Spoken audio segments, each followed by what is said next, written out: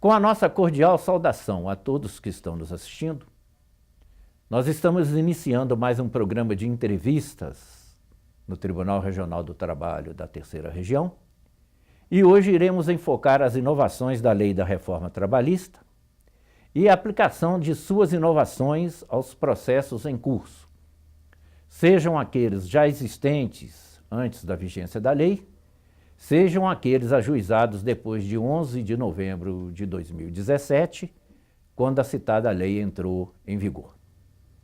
Bem, como nossa entrevistada de hoje, nós temos a satisfação de ter conosco, aqui nos estúdios da TV TRT, a ilustre desembargadora Rosimery de Oliveira Pires, a qual foi juíza do trabalho por mais de 20 anos no primeiro grau, hoje é desembargadora do nosso tribunal. Ela também é mestre e doutora em Direito pela Universidade Federal de Minas Gerais e ainda professora na graduação e na pós-graduação da Faculdade Milton Campos, a qual, por certo, com o cabedal dos seus conhecimentos, bem nos auxiliará na compreensão das inovações que iremos debater ao longo dessa entrevista. Eu cumprimento a doutora Rosimery de Oliveira Pires, dou-lhe as boas-vindas e lhe passo a palavra para as suas preliminares considerações. Doutora Rosimery. Obrigada. Bom, primeiramente eu quero agradecer o convite, certamente honroso, me enche de orgulho. Espero de alguma forma poder contribuir para este programa, que já é um sucesso, é uma referência para todos nós da comunidade jurídica, no sentido de indicar situações, posições, caminhos para melhor compreender e aplicar o direito. Parabéns à Escola Judicial, parabéns também a Vossa Excelência, doutor Márcio, quem guarda enorme respeito, consideração, orgulho mesmo, considerando não só a sua condição de decano do nosso tribunal, mas exatamente uma referência moral e jurídica para todos nós. Parabéns pelo trabalho que o senhor vem desenvolvendo nesse programa tão importante. Eu é que agradeço, doutora Rosimery. Doutora Rosimery, a Lei da Reforma Trabalhista, diferentemente do que é normal, a lei sempre é publicada e entra em vigor, ela, após ser promulgada, foi publicada no dia 13 de julho de 2017. Ou seja, ela não entrou em vigor de imediato porque ela trouxe consigo um período de vacatio legis de 120 dias. Tanto que ela só veio a entrar em vigor no dia 11 de novembro de 2017. Bom, a partir dessa data, dúvidas têm surgido se todas as suas normas se aplicariam a todos os processos em tramitação, tanto aqueles ajuizados antes de 11 de novembro, como aqueles que foram ajuizados posteriormente, já na vigência da nova lei. Eu gostaria de saber como a ilustre entrevistada entende essa matéria. É preciso que nós lembremos que a Lei 13.467, em seu texto original, não continha nenhuma norma prevendo direito intertemporal. Já a partir, portanto, da época de sua promulgação, mesmo antes da sua vigência em 11 de novembro, o que aconteceu foi o surgimento de uma série de discussões a respeito de qual direito intertemporal aplicado, não só nas relações de direito material, ou seja, nos contratos propriamente dito, como nos processos em curso. A grande discussão não são os contratos terminados nem os processos findos, mas sim os contratos e os processos que são apanhados pela vigência da nova lei. Possivelmente, em razão disso, inspirado nessa dificuldade, o Executivo editou a medida provisória 808, que tardiamente veio a ser apresentada ao Congresso, está em trâmite em caráter de urgência em 14 de novembro de 2017, alguns dias depois da vigência da lei. Nessa medida, no artigo 2º, há uma previsão de que toda a integralidade dos dispositivos da Lei 13.467 se aplicariam aos contratos vigentes. Portanto, mais uma vez, a medida provisória, assim como a lei, não fazem referência a um dispositivo específico, uma regra específica com relação ao direito intertemporal em matéria processual. Temos então que nos valer de 2 dispositivos amplos que se aplicam ao direito material e um dispositivo que se aplica ao direito processual. Os 2 de direito material e também processual seriam a Constituição, no artigo 5º, inciso 36, que determina que a lei não retroagirá para prejudicar o direito adquirido, a coisa julgada e o ato jurídico perfeito. E temos o artigo 6º da Lei de Introdução às Normas de Direito Brasileiro, que também prevê esses mesmos limites aplicativos e ainda acrescenta a expressão, faz os conceitos e ainda apresenta a expressão terá aplicação imediata. Bom, no aspecto processual propriamente dito, nós temos que nos valer de uma regra do CPC de 2015, em vigor, portanto, que é o artigo 14. E lá também se afirma que a lei processual não pode retroagir, terá aplicação imediata, não poderá retroagir para prejudicar atos jurídicos já praticados e situações jurídicas já consolidadas. Ainda que se possa questionar, do ponto de vista doutrinário, o que são atos processuais, o que são situações jurídicas consolidadas, o fato que essas duas situações permitem que o intérprete possa fazer análise no caso concreto e venha a definir a aplicação ou não da nova lei. No meu entender, evidentemente, todas as normas de rito, todas as normas procedimentais, estrito sensu, prazos, trâmites, recursos, sistema recursal, tudo fica dependente da nova legislação. Talvez o tema mais polêmico nesse aspecto seja o ligado a honorários advocatícios. Há uma controvérsia não só em doutrina, como em jurisprudência. Inclusive em outros tribunais, no caso o STJ já decidiu a respeito disso. Em doutrina, o que eu consegui identificar em estudo foi que é preciso que nós façamos aquela tentativa de definição da natureza jurídica da sentença. Sentença, nós sabemos na classificação clássica, tradicional do Ponte de Miranda, pode ser declaratória, meramente declaratória, ou declaratória acumulada com constitutiva, ou declaratória acumulada com condenatória. Então é preciso que se entenda qual é a natureza jurídica, ou se identifique qual é a natureza jurídica da sentença que estabelece os honorários advocatícios. O que me parece, e é possível se ter essa imbricação, esse misto de naturezas num único ato que seria a sentença, é que quando o juiz determina uma condenação, com relação ao reclamado, é condenação pura, é declaratória e condenatória. Mas quando estabelece na sucumbência também, em razão da declaração de sucumbência, também a fixação de honorários, ela tem um misto de condenatória para quem vai pagar, mas ela guarda para esse novo titular do direito subjetivo, que é o advogado, essa situação de constitutiva de direito.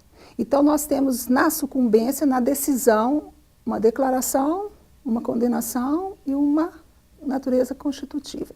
Em razão dessa natureza constitutiva, em razão do surgimento desse direito só na sentença, eu passei a entender, eu já vi decisão do STJ nesse sentido também, passei a entender que surge sim o direito do advogado de reivindicar. Como essa sucumbência surgiu pós-reforma trabalhista, pós-lei 13.467, é possível se determinar essa condenação. Agora, sei que, por hora, não me parece uma posição majoritária. Na minha turma não é, eu me apresento vencida por hora. Então, nós temos que aguardar como que o tribunal, no seu restante de composição, os tribunais superiores, como eles vão entender essa questão. Se os honorários são devidos ou não são devidos com relação a processos iniciados antes da lei, porque após a lei não há nenhuma dúvida. O problema são esses apanhados no curso da vigência da nova lei.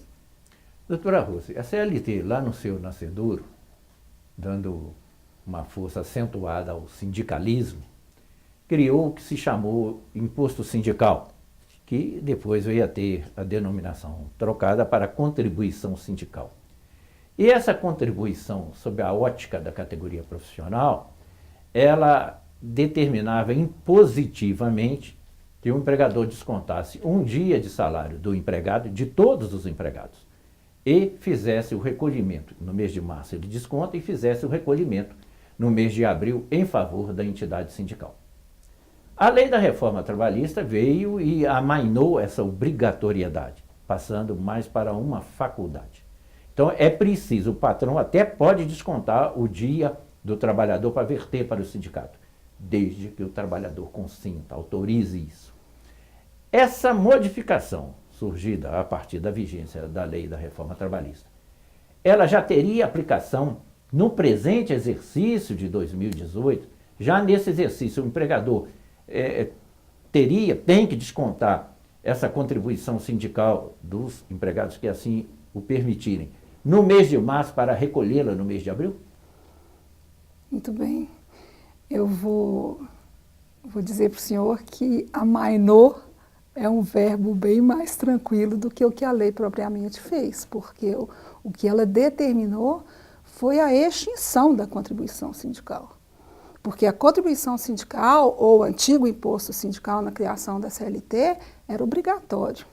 Tinha esse caráter impositivo, tinha essa natureza até de questionamento sobre ser um imposto, e se sendo um imposto, incidiria todos os princípios básicos da tributação, inclusive a anualidade, mas agora, com a nova lei, houve realmente uma confirmação de uma tendência que já havia contra essa contribuição sindical obrigatória e houve, portanto, a fixação da contribuição sindical facultativa. Portanto, não há uma cobrança do sindicato, nem uma exigência do empregador recolher. O que há é uma aceitação da parte do empregado. Há críticas severas já na doutrina que se constrói com relação a isso. Não porque não se pretenda eliminar esse resquício da era de Vargas, mas porque não parece razoável, segundo os adeptos dessas críticas, que a legislação venha a retirar a contribuição sindical no sentido obrigatório e, portanto, refrear ou dificultar os cofres financeiramente, os cofres, a saúde financeira dos sindicatos, ao mesmo tempo em que passa a imprimir um vigor maior na participação do sindicato. Não há dúvida que essa legislação privilegia a negociação coletiva. Na verdade, ela faz isso de uma forma muito patente, no mesmo passo em que ela reduz a atuação, ou até desprestigia, na minha ideia, desprestigia a atuação judicial.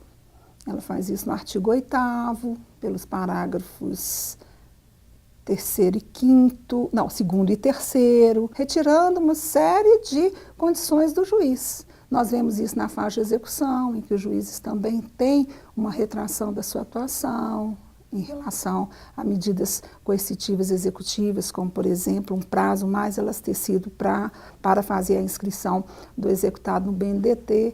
Então, a crítica que se faz, a gente encontra isso na doutrina do doutor Bruno Azan, num livro recente, editado pela RTM. Nós vemos essa crítica também do doutor Maurício Godinho, junto com Gabriela Delgado, filha dele, num livro da LTR, demonstrando que há uma redução significativa da condição do empregado, ou melhor, do sindicato, atuar nessa representação. E tanto é assim que, paralelo a isso, também se encontra um outro livro muito bem posto, do Dr. Raimundo Simão, associado com outros 2 desembargadores, um da 15ª Região, da 4ª Região, mostrando o seguinte: há que se retomar uma discussão que estava praticamente pacificada na jurisprudência com relação à ilegalidade das contribuições sindicais associativas postas em negociação coletiva, nos instrumentos normativos. Há anos a gente vem dizendo, nós estamos fazendo julgamentos no sentido de que não é possível haver fixação de cobrança cobrança contra não filiados e só para filiados, só vinculando afiliados. Hoje essa discussão passa a ganhar um outro contorno na medida em que o sindicato permanece com obrigação de dar assistência judiciária, com representação administrativa e judicial, e os próprios empregados, que não só têm direito a isso, são obrigados a se filiar, porque nós temos um regime que obriga a filiação. Então, também haveria necessidade de haver uma legislação que expandisse a liberdade sindical. Do jeito que está o nosso sistema sindical totalmente amarrado na filiação, é justo que haja uma contrapartida, porque senão, como dizem esses autores, será a ruína dos sindicatos, justamente quando a legislação diz que se pretende o seu fortalecimento. Mas, com relação especificamente à questão de se pode imediatamente, já agora, no exercício de 2018, fazer a dedução, eu entendo que sim. Como não é tributo, é facultativo, já em março é possível o empregador verificar junto aos seus empregados, e pode fazer isso através de um formulário, em que o empregado vai dizer se é a favor ou contra a dedução. Se ele for a favor da dedução, o empregador procede. Se for contra, houver oposição, imediatamente isso é considerado pelo empregador quanto ao recolhimento que deverá, ao final, ser encaminhado para o sindicato e, enfim, para o sistema federativo, confederativo daquela categoria. Doutora Rose, na sucumbência parcial em ações ajuizadas depois de 11 de novembro de 2017, o empregado, mesmo que beneficiário da justiça gratuita, ele será condenado em honorários advocatícios, evidentemente, em favor do advogado do empregador. Esses honorários em favor desse advogado patronal serão abatidos no crédito que o empregado tiver no próprio processo em que ele está demandando contra o empregador? O artigo que se refere a essa situação do empregado, uma vez vencido, ter que pagar os honorários, prevê que esse crédito, na verdade esse débito do autor, deverá ser pago pelo empregado, débito do advogado. Esse pagamento deverá ser feito pelo autor vencido, na condição de vencido, com créditos provenientes não só daquela ação onde está sendo determinada a condenação, como também obtido em outro processo, em juízo, mas em outro processo. Mas o artigo faz a menção específica, assim, obtido em juízo, ainda que em outro processo, crédito capaz, ou créditos capazes, não me lembro bem se está no singular ou no plural, capazes de solver a parcela, no caso, a despesa. É até a expressão que a lei, a terminologia que a lei usa, correta, honorários advocatícios como despesa. Então, não há dúvida de que poderá haver esse abatimento. A dúvida que há é o seguinte: até quando pode abater? Em que condições pode abater? Mas que o abatimento é permitido pela lei, é claro nesse sentido. No que concerne ao abate de crédito num outro processo, que esse empregado esteja ajuizando também, ele tem esse crédito nesse outro processo, a gente até começa a visualizar uma situação que seria feita aí através de uma penhora no rosto dos autos. Se a execução estiver iniciada, vai se penhorar lá naquele outro processo, no rosto dos autos, o total ou parte do crédito do empregado para pagar esse advogado. Esse abate não entraria em choque com o artigo 649-4 do CPC, que diz serem penhoráveis os salários e remunerações do empregado face à natureza alimentar do crédito trabalhista? Muito bem, eu volto a pontuar a questão dessa expressão que me parece chave para o intérprete, para o julgador, no caso concreto, créditos capazes de pagar a despesa, de quitar a despesa. O que é um crédito capaz? O empregado tem esse crédito capaz de pagar? Se esse crédito é um crédito para ele alimentar, para ele, empregado, autor, ou ex-empregado, autor, de caráter alimentar, de natureza e origem salarial, vem de horas extras, vem de salário retido, eu não tenho nenhuma dúvida que o empregado, já tendo presunção de pobreza, Ele recebeu os benefícios da justiça gratuita. Já pela nova lei, mal é presunção, é confirmação, porque os benefícios são concedidos só com uma determinada prova, mas há uma presunção de que o que ele vai receber ele não é capaz de solver. Talvez até esse tipo de prova tenha que ser feita pelo advogado que está buscando o seu crédito. Ele tem que tentar demonstrar que o crédito do autor é possível de ser penhorado. Uma possibilidade do julgador é verificar exatamente no título executivo aqueles créditos que têm natureza alimentar, porque são decorrentes de salário estrito sensu, e aqueles outros créditos da condenação que têm natureza indenizatória. Uma indenização por acidente de trabalho, uma indenização, outra, enfim, vamos dizer, uma ajuda de custo que não esteja incluída na hipótese da lei, enfim, todas as parcelas indenizatórias, me parece que o reclamante terá dificuldade de alegar a impenhorabilidade. E ele vai ter que tentar explicar que ele não é capaz. Então, vamos lá num esquema mais simples para mim. São os créditos capazes. Para eu ver o que são créditos capazes, eu vou separar os créditos de natureza alimentar, salarial. Esses eu não vou penhorar nunca. Dos créditos indenizatórios, eu vou verificar a condição de capacidade do empregado de abrir mão desse valor para pagar a despesa de honorários. É assim por hora que eu estou pensando, mas ainda não tive nenhum caso concreto em que talvez argumentos específicos possam me convencer do contrário. Mas eu vou fazer essa divisão de natureza do crédito. Perfeito. Doutora Rosa, ao longo da vigência da CLT, a representação do empregado e do empregador em audiência, ela é diferenciada. O empregado sempre tem que estar presente em situações excepcionais, representado por alguém do seu sindicato. Mas o empregador, ele pode se fazer substituir por preposto, indicado pelo empregador, cujo depoimento obrigará esse empregador. A CLT, ao longo dos anos, teve interpretações diferentes de quem poderia ser esse preposto. E, ultimamente, o que se tinha assentado, sobretudo por decisões do TST, é que só poderia ser preposto, ser representante do empregador, quem fosse seu empregado. A nova lei, o artigo 843, parágrafo 3º, diz que o preposto não precisa ser empregado. Ou seja, qualquer pessoa pode ser preposto do empregador.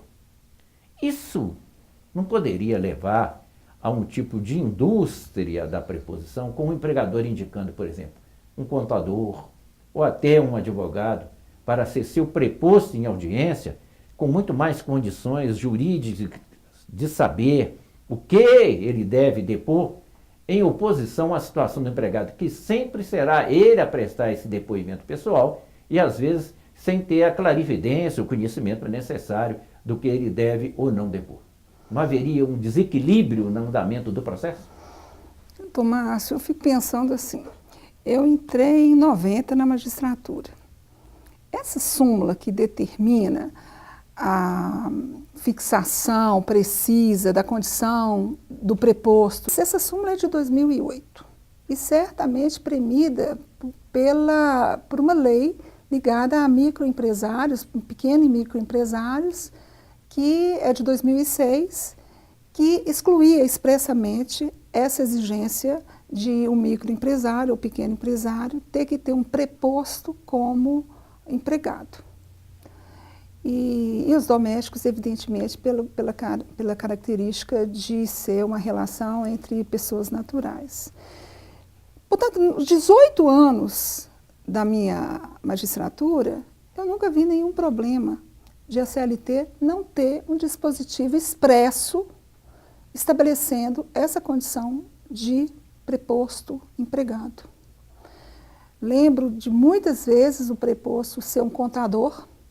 Lembro que isso nos auxiliava muito na feitura de acordos, porque o contador, tendo conhecimento financeiro da empresa, era, na verdade, um grande auxiliar nas negociações.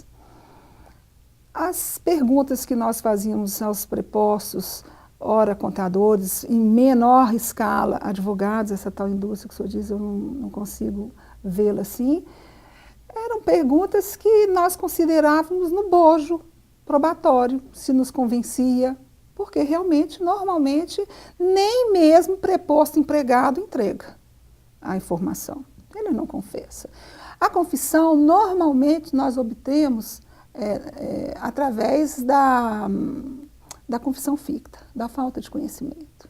Mas as informações que batem com as alegações da defesa nunca surtiram para nós maiores efeitos. Tanto que, na prática, nem é comum se colher depoimento pessoal de preposto, de empregador, uma vez ou outra. Portanto, eu não tenho esse tipo de temor de criação de indústria de preposição. Esse temor não, porque acho que nós temos outros mecanismos processuais para evitar esse tipo de absurdo se acontecer. Nós temos o Instituto da Litigância de Má-Fé, nós temos o próprio Instituto da Confissão Ficta, então esse temor eu não tenho, não. O que eu lamento é verificar que nesse dispositivo, mais uma vez, se verifica a tendência do legislador reformista em beneficiar uma das partes, em romper o equilíbrio processual entre as partes. Não falo nem de romper ou mitigar o princípio da proteção que já era dada mesmo ao empregado no processo, exatamente em decorrência desse caráter adjetivo do processo em relação ao direito material, né, que a gente chamava de princípio da proteção mitigada.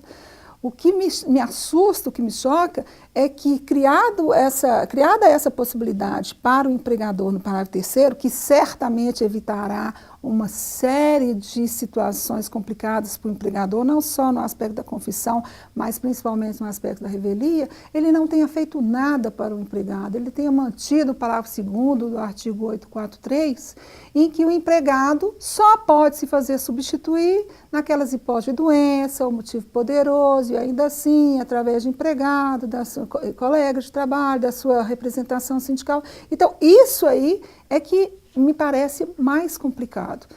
Mas a preposição em si realmente não me preocupa. Não me preocupa essa tal indústria, essa possibilidade de indústria. Doutora Rosa, a CLT, ao longo dos anos, sempre foi muito rígida com a exigência do depósito recursal. E havia algumas exceções, condenação contra o poder público poderia recorrer sem ter que efetivar o depósito, massa falida, mas eram situações pontuais. Porque havia uma rigidez quanto à exigência do depósito recursal. A lei da reforma trabalhista veio e abrandou essa rigidez.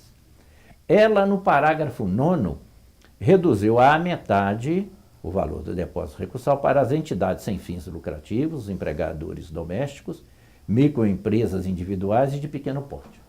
E no parágrafo 10, ela explicitou que são isentos do depósito os beneficiários da justiça gratuita, as entidades filantrópicas e as empresas em recuperação judicial. Diante dessa disposição explícita, né,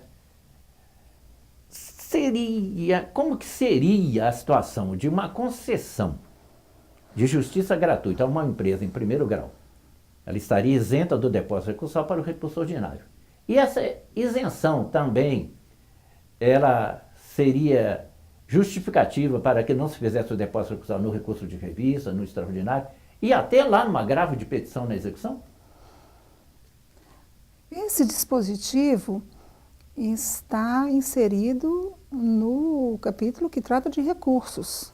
Portanto, essa determinação que estabelece não só a redução à metade do depósito recursal, como também, mais gravemente ou mais incisivamente, de isenção total do depósito, se refere, se a lei não faz outra restrição, se refere a todos os recursos. Não me parece que possa haver uma dúvida com relação a isso, porque não teria mesmo sentido que, a princípio, a pessoa não tem condição de pagar para o depósito ordinário, para o recurso ordinário, e depois vai ter que arranjar dinheiro para recorrer para outra instância.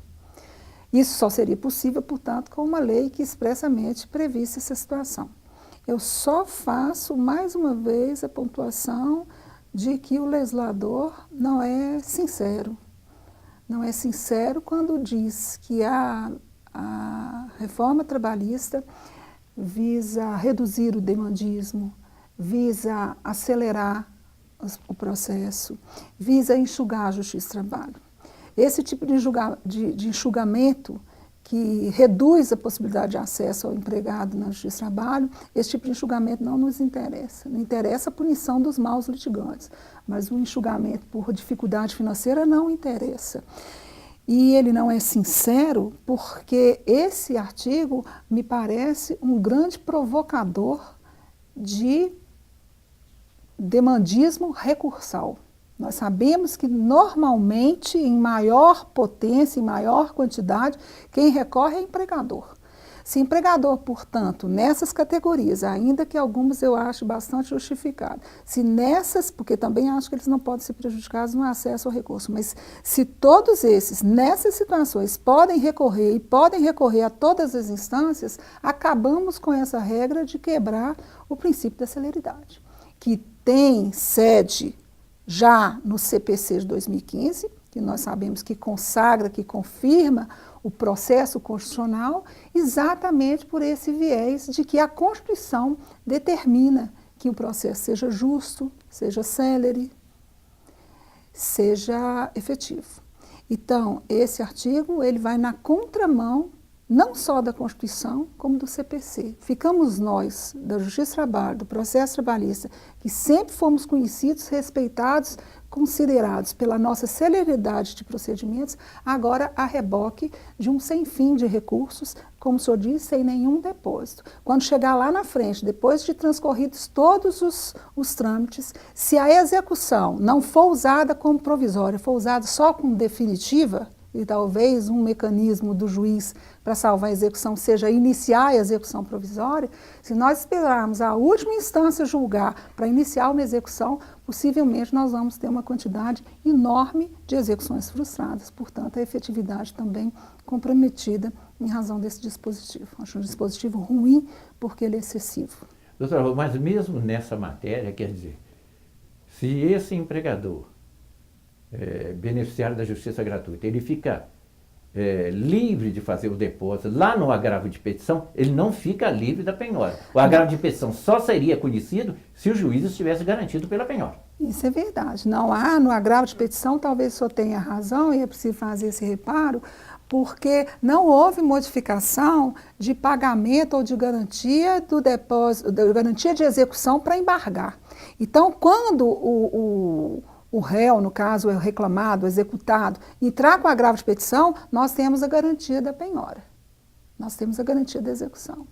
Mas é porque o agravo de petição não tem mesmo depósito recursal. Então, o agravo de petição ele não entra nesse rol daqueles recursos que dependem de depósito prévio, depósito recursal.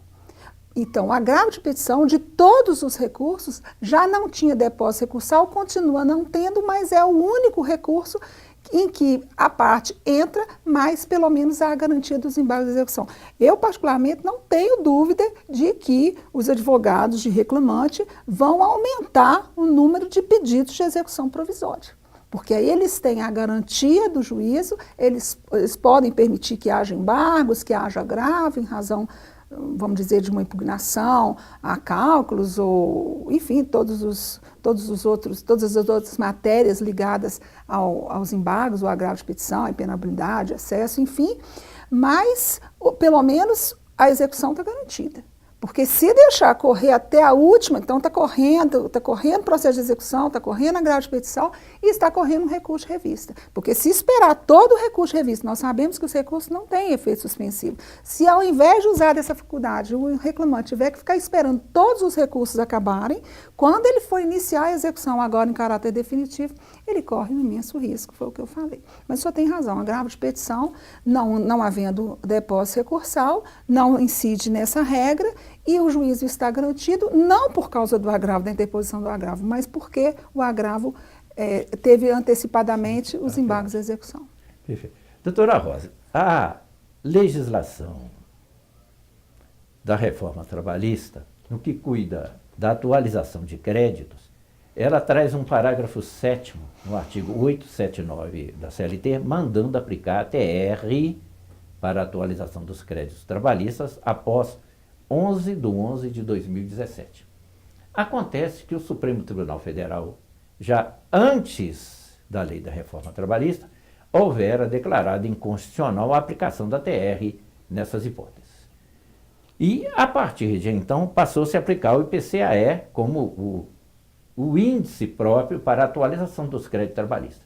Agora, com essa determinante de que se aplique a TR expressa na lei da reforma trabalhista, nós teríamos um retorno de aplicação da TR, mesmo com aquela inconstitucionalidade lá atrás declarada? O senhor bem disse que a decisão do Supremo com relação à inconstitucionalidade do índice de TR foi estabelecida antes da Lei 13.467. Nós já estamos recebendo recursos com esse tipo de discussão e nossa turma vem fazendo decisões, não vou responder se é majoritária ou se é unânime, porque nós ainda estamos colhendo também argumentos, há colegas que voltam de férias ou entram em férias, nós estamos tentando fechar uma posição majoritária da turma. Mas eu posso dizer, portanto, por mim, o que eu estou entendendo é o seguinte: se o Supremo se manifestou sobre a inconstitucionalidade de uma lei que não é a lei da reforma trabalhista, eu não posso fazer a aplicação extensiva desse entendimento, porque a posição jurisprudencial não é lei, não é até que outra lei venha. Então, é até que outro entendimento venha.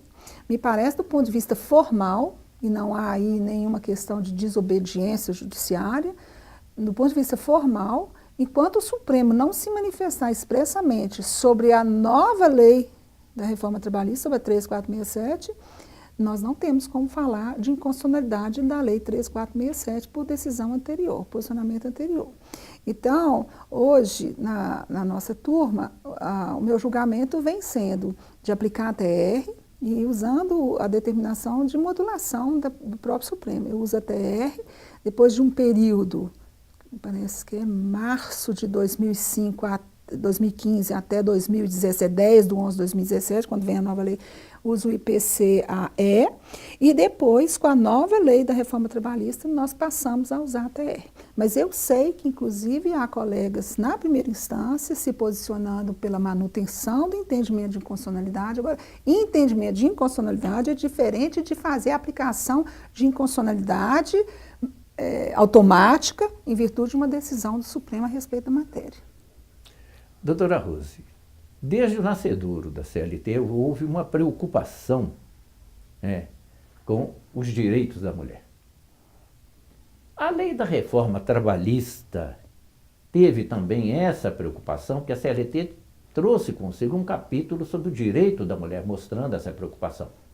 E ali enumerando esses direitos todos que foram destinados às trabalhadoras do sexo feminino. Essa nova lei teve essa preocupação em evitar discriminações, em cuidar de uma melhor proteção para a mulher no trabalho, inclusive quanto à maternidade? Rapidamente eu digo ao senhor que não vejo isso de jeito nenhum. Nós podíamos pensar numa visão doutrinária que há muito se faz e com força, no sentido de que um excesso de proteção conduz a uma desproteção do mercado de trabalho, ou enfim, do acesso da mulher ao trabalho, porque ela seria sempre uma mão de obra mais cara, uma mão de obra mais onerosa para o empregador. Mas existiriam várias modificações que o legislador reformista podia ter feito e ele não fez. Ele teve essa oportunidade, ele não fez. Depois de muita reclamação com relação ao artigo que mandava afastar a trabalhadora gestante, veio a medida provisória e fez alterações exatamente nos dispositivos ligados ao trabalho da mulher gestante em ambientes insalubres, em grau mínimo médio. mas eu acho que mais embolou, mais prejudicou do que contribuiu, porque determina o afastamento, não faz mais a referência de que seria sem prejuízo da remuneração, ao contrário, faz uma referência expressa de que será retirada daquele ambiente de trabalho, colocado no ambiente salubre, mas com perda remuneratória, e faz uma repetição com relação à lactante, mas também não diz se garante ou não garante remuneração.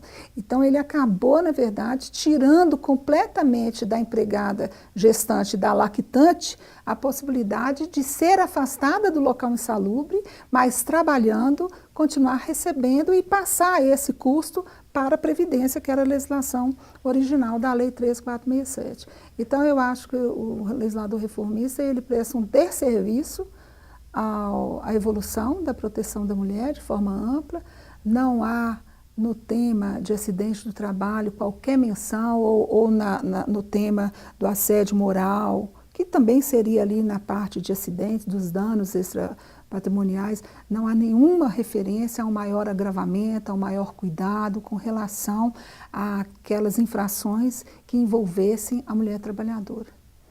E nós sabemos que a OIT vem lutando com relação a isso. Os índices estudados pela OIT acusam que a mulher é a maior vítima de assédio moral, é a maior vítima de assédio sexual, é a maior vítima de acidente de trabalho, é a maior vítima de moléstias no trabalho com relação a transtornos de saúde, transtornos psicológicos, e, no entanto, não há nenhuma menção do legislador reformista com relação a isso.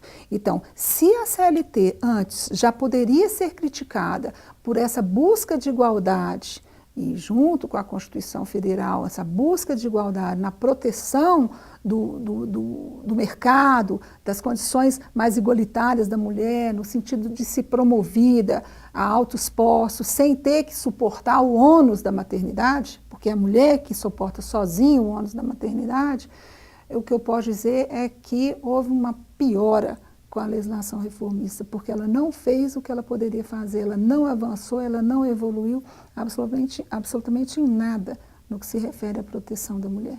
Assim eu penso. Não vejo como valorizar o empenho do legislador, porque realmente nesse aspecto o que me pareceu foi tão somente um salvo-conduto para o empregador. Se ela não tiver condições de trabalhar, manda um atestado aqui que aí nós afastamos. Se ela tiver condições de trabalhar e quiser, como lactante, manda também um atestado. No de insalubridade grau máximo, não, esse realmente não pode. Também não teria o menor sentido, porque saberia que um médico não iria dar esse atestado. Mas se livra da obrigação patrimonial de pagar salário, ainda que pudesse, como no início da redação original da Lei 13467, fazer esse abatimento junto à Previdência. Então, é um encargo que sobra só para a mulher, não é diluído sequer para a Previdência Social, não é assumido pelo empregador. Enfim, a mulher trabalhadora não alcançou com a reforma trabalhista qualquer avanço, na minha opinião.